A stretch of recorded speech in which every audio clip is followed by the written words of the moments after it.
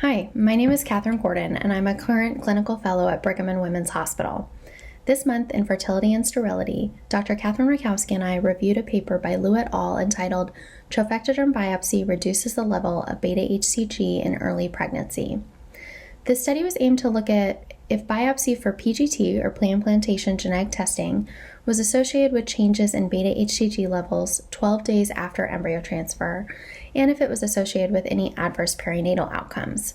They evaluated 396 CET-PGT cycles and 465 CET cycles without biopsy that resulted in clinical pregnancy. They included both IVF and ICSI cycles. As we know, beta-HCG is secreted by the differential syncytiotrophoblasts at the site of implantation. And also serum beta-HCG levels following embryo transfer are correlated with pregnancy outcome.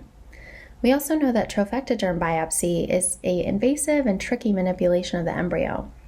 While Scott et al. Demonstrated in 2013 that implantation and pregnancy rates are similar between biopsied and non-biopsied embryos, the data remains sparse regarding any association between this technology and perinatal outcomes, as well as any possible adverse long-term associations.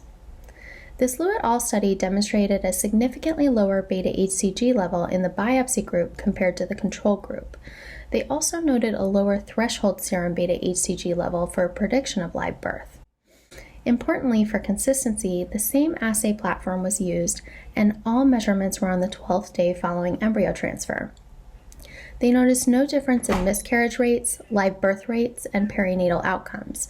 This included gestational age at delivery, mean birth weight or incidence of low birth weight, very low birth weight, or small or large for gestational age infants. They also had no difference in maternal morbidity, including the rates of gestational hypertension, gestational diabetes, and other hypertensive disorders. This study is limited because they only measured serum HCG levels at one point in time, whereas a trend from at least 2 time points would have been helpful. Additionally, the standard deviations overlap significantly, so the effect of these differing HCG levels on clinical management is questionable. Interestingly, the embryos that underwent trophectoderm biopsy were probably more likely to be hatched than the control group. It is well known that assisted hatching advances implantation, so truly we would have expected a higher HCG level in the PGT group, assuming the control group was predominantly unhatched. There were also more program cycles in the biopsy group, which was controlled for in a linear regression analysis, but this may have had some effect on HCG levels.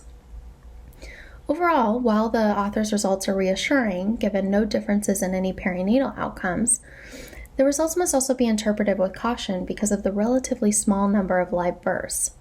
The findings are consistent with the few other published studies on this topic, but those studies also had limited patient numbers. The only long-term data that we have on embryo biopsy is from cleavage stage blastomere biopsy, and these studies are also limited. Blastomere biopsy may be associated with minor neuromotor dysfunction, but this also may dissipate over time.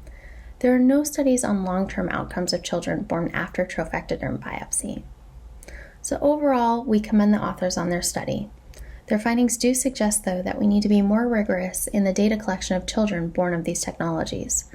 Enrollment of many children in these studies is needed, ideally from a heterogeneous cohort, so reliable and generalizable conclusions can be drawn. Thank you.